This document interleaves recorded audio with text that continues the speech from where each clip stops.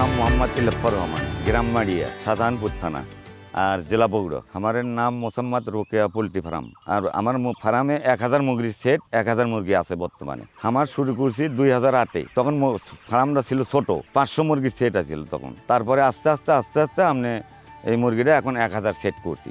আমার এই সেটের খামারের এই মুরগির কাজ আমরা স্বামী স্ত্রী দুইজনই করি।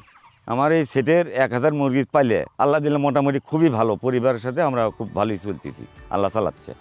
নারিশের সাথে ব্যবসা করি আমি 13 বছর হলে। খুবই ভালো, ফিটের মানও ভালো। আমি অন্য আগে একটা করতেছিলাম, ফিট ভালো না, এই জন্য আমি পরে নারিশত গেছি। ফিটও ভালো, বাচ্চাও ভালো। এই খাদ্যের দাম যদি একটু কমালো হয়নি তাহলে আমাদের পক্ষে আরও একটু ভালো হলো না।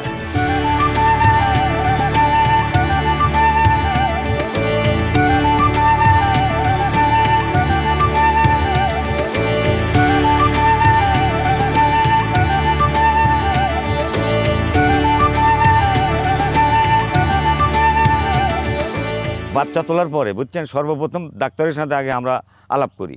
বোর্ডিংয়ের যে ওষুধগুলো লাগে তারা সাজেশন দেয়, ওই হিসেবে আমরা ওষুধ নিয়েছি। তারা এসে আনতে মনে করেন যে ওই এসে দেখে, যদি কোনো সমস্যা হয় তাহলে মুরগি এসে ফার্মত কাটে দেখে ট্রিটমেন্ট করে ওষুধ লিখে দিয়ে যায়, আমরা এনে ওষুধ খেলে। ডাক্তার সবসময় খোঁজ খবর নেয়।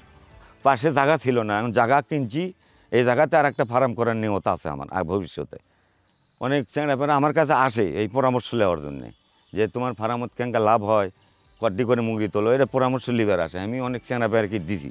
লেখাপড়া করে হয়তো চাকরি বাকরি পাচ্ছে না, হয়তো অনেক দৌড়াদৌড়ি টাকা মেলা বিদেশ যাওয়ার জন্য ঘুষ দিছে, ওইগুলো পারে না। ফার্ম দিয়ে তারা মনে করেন মোটামুটি এখন ভালোই চলতেছে।